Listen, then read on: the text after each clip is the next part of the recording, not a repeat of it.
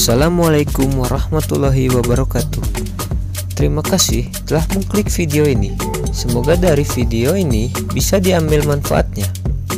Oke, amazing people, di video kali ini kami akan membahas dan membuat pupuk dari bahan-bahan yang ada di dapur, baik itu bahan sisa atau sampah maupun bahan yang masih fresh. Oke, langsung aja kita pantengin untuk bahan-bahannya. Bahan-bahan ada kangkung, tulang hewan. Tulang hewan di sini bukan tulang ayam atau bebek, bukan juga tulang rusuku yang hilang satu. Tulang yang bisa dipakai untuk membuat pupuk adalah tulang hewan berkaki 4, baik itu sapi maupun kambing. Kemudian ada kerang-kerangan, baik kerang air tawar maupun dari laut, atau bisa juga kerang dari darat. Contohnya bekicot. Mengingat judul dalam video ini adalah bahan pupuk ini ada di dapur semua. Jadi untuk kerang bekicot itu tidak mungkin, karena kerang bekicot tidak mungkin ada di dapur. Dan di sini kami menggunakan kerangnya itu kerang dari Kijing atau toel. Dan bahan selanjutnya adalah jantung pisang.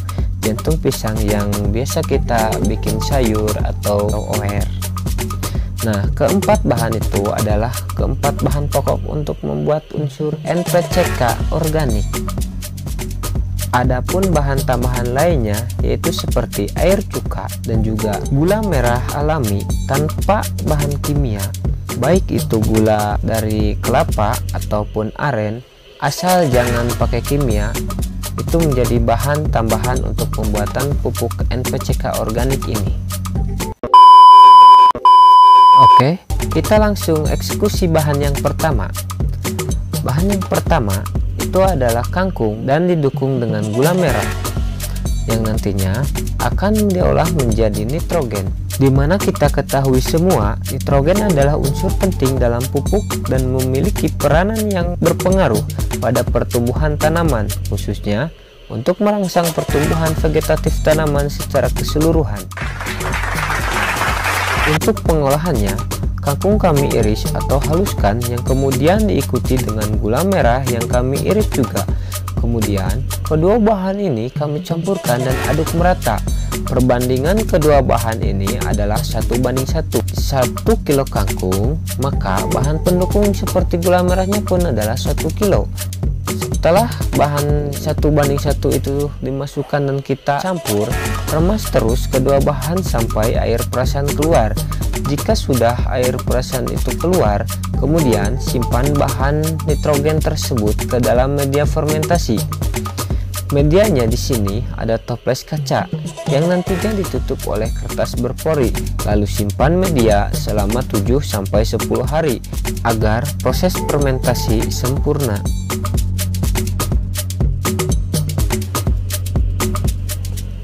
Dukung terus channel kami ini ya dengan cara tekan tombol subscribe. 1 subscribe dari kalian adalah 1000 semangat bagi kami.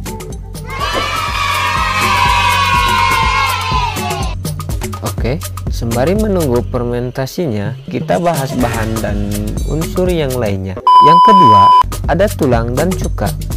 Tulang berkaki 4 ini adalah bibit dari fosfor atau unsur P yang nantinya dibantu proses pembibitannya dengan air cuka. Cuka di sini bisa menggunakan cuka bibit atau cuka sayur.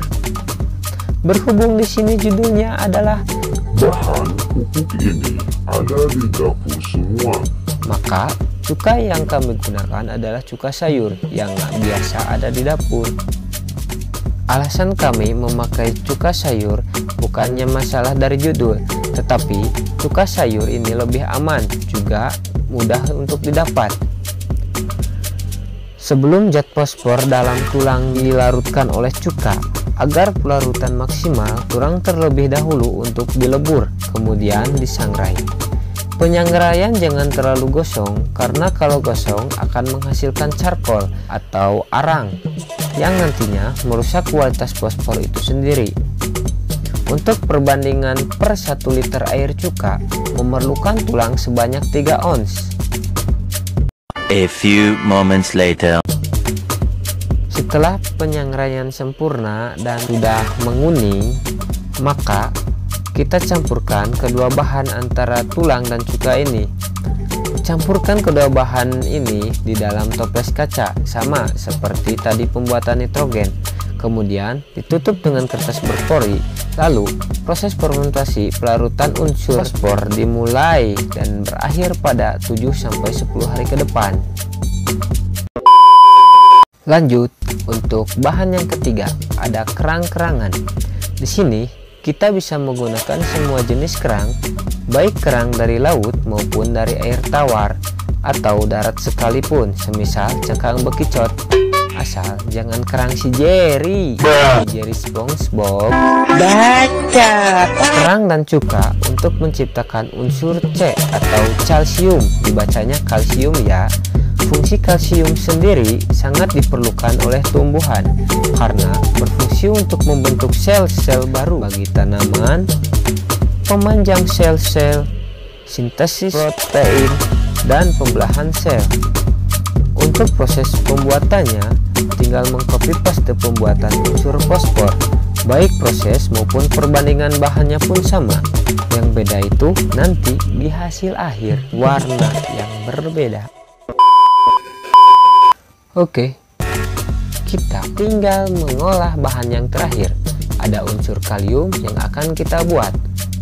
Seperti yang kita ketahui, kalium bagi tanaman berfungsi sebagai aktivator enzim, dan hampir 80 enzim pada tanaman memerlukan unsur K atau kalium. Selain aktivator enzim, kalium membantu transportasi hasil asimilasi dari daun ke jaringan tanaman. Wow! Kalium sendiri bisa dibuat dari bahan jantung pisang dan ditambah dengan bahan pendukung yaitu gula merah alami tanpa bahan kimia. Untuk proses sama seperti pembuatan unsur N atau nitrogen ya. Dari mulai dosis dan juga cara mengiris kemudian mengaduknya sama seperti unsur nitrogen. Yang membedakan adalah hasil akhir dari proses fermentasi tersebut.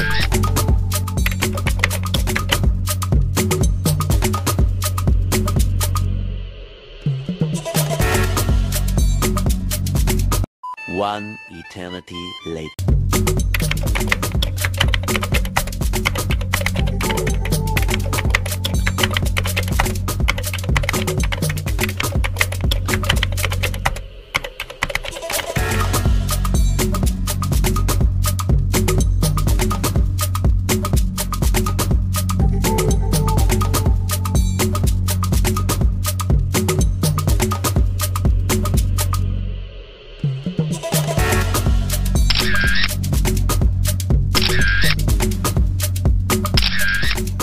Oke, setelah proses fermentasi selama 7-10 hari, waktunya kita panen biang pupuk NPCK organik.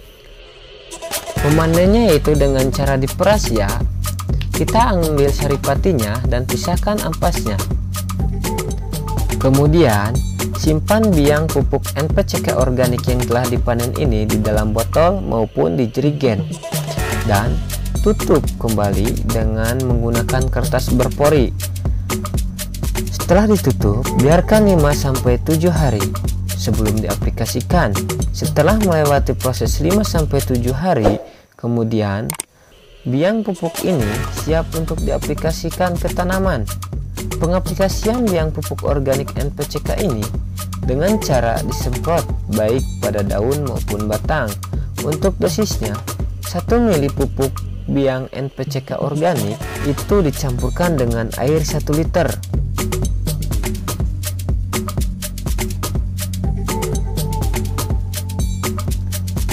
Sekian untuk video kali ini dari kami. Semoga bermanfaat untuk kita semua. Salam petani, lahan subur, petani makmur, pupuk organik, hasil asik. Wassalamualaikum warahmatullahi wabarakatuh.